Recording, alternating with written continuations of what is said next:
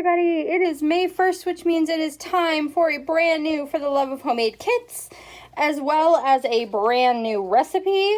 As always, you can find a printable version of this over on my blog, and the link for that is in the comments down below if you want to print out one of yours.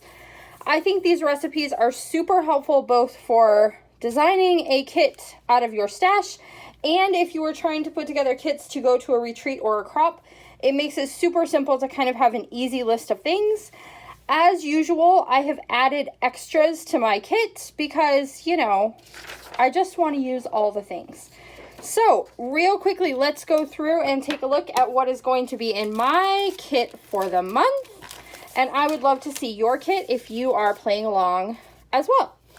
So, for the month of May, and I'll kind of go through where I started. The very first paper on our list was a wood grain, and that is where I actually started building this kit, which is not typical for me. But I knew I wanted a dark wood grain, and I wanted to pair it with light colored flowers. So I kind of knew that was where I wanted to go, and that was the only direction I had. So this is from Auburn Lane. It is paper number 2. It has this black and white floral on the back, but I knew I wanted a dark wood grain, and this is a really great one. Next thing up was a floral, and so I found this one. It is close to my heart, Every Little Thing collection, I think.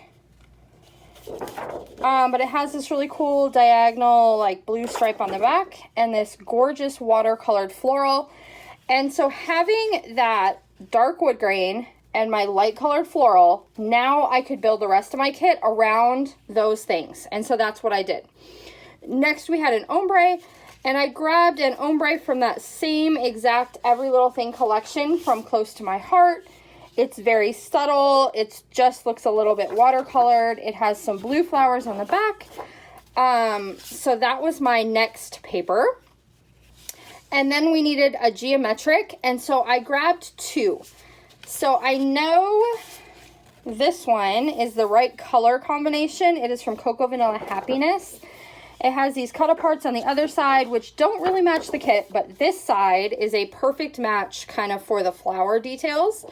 So I knew I wanted that one, and I went ahead and put in a bold diagonal stripe in black and white. This is one of my absolute favorite pattern papers of all time, from Amy Tangerine Hustle and Heart. Because I knew having the black outline on these florals, I was going to want to definitely bring in a black and white element. Plus, that is very much just, you know, my style. And so I love that bold touch of geometric in there as well. The last thing on our list was at least 3 pattern paper scraps. And so I went through one of my scrap bins and pulled out all of these guys. So I have some more black and white. I have, this one is from Love Always, which is a cocoa vanilla, but it's got the pale kind of mint color, but then it also has a black and white stripy text on the back, so I thought that was a perfect one because I could use both sides. I have a bold black and white stripe. This one is from Pink Paisley Fifth and Monaco, number 7. So that allows me to bring in some more of that really bold black and white.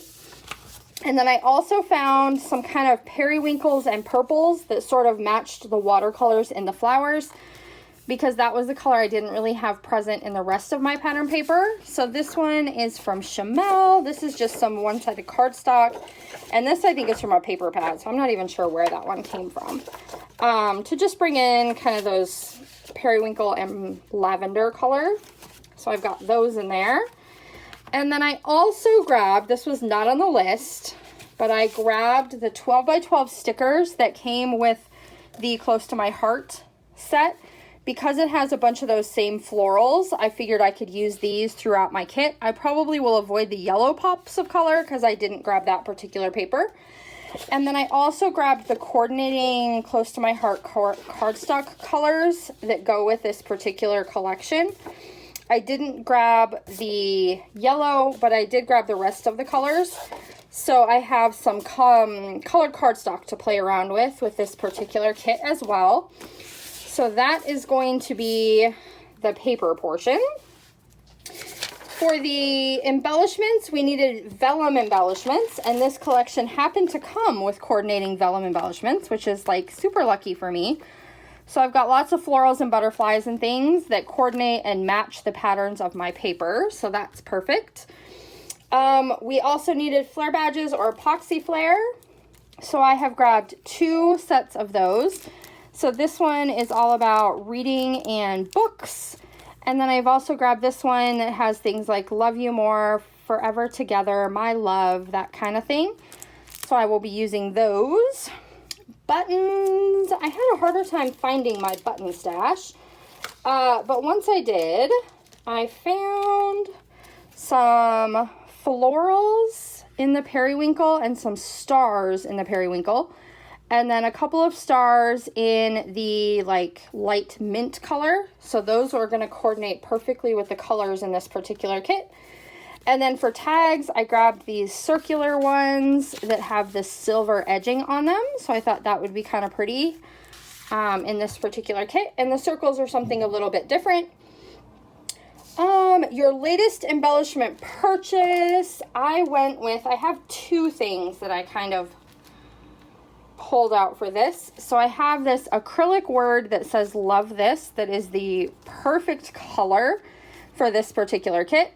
And then I had picked up at Joann's before everything in the world closed a bunch of these diamond dots because my friend Susan had used these on a layout and it looked so super cool. So these are the ones that are used for diamond painting, but I have mint and I have black. So I'm going to give it a try and see how I like using those on a layout.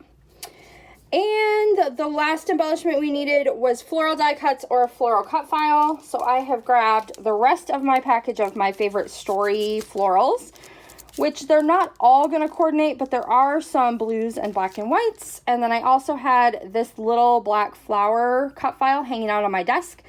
So I threw that in my kit as well. And then for mixed media, we needed a geometric stencil and some acrylic paint. So I have grabbed this kind of cool retro looking one from Catherine Pooler, as well as some laid back lilac Dilutions paint. So it's got that really pretty purple that matches with the flowers already. And last but not least, for alphabets. See, I did good with I kept the embellishments to what they were supposed to be. I just added more paper, always more paper. All right, for alphabets, we needed a tiny alphabet and then an alphabet stamp. So I added 1 extra option. So I've got some black and white puffy sticker mini alphas from Rosie's Studio. And then I have 2 sets of stamps. This one from Wild Whisper with the brush letters is one of my absolute favorite alphabet stamps ever. So I put that in there and it kind of goes along with the feel of the kit. But then I also ordered this one from Crafty Jen Scout that has all the little things to embellish the letters and make some of them filled in, add little details. And I've been dying to play with this stamp set. So it's going in the kit so that I make a real effort to play with it for the month of May. So that's going to do it for our May recipe.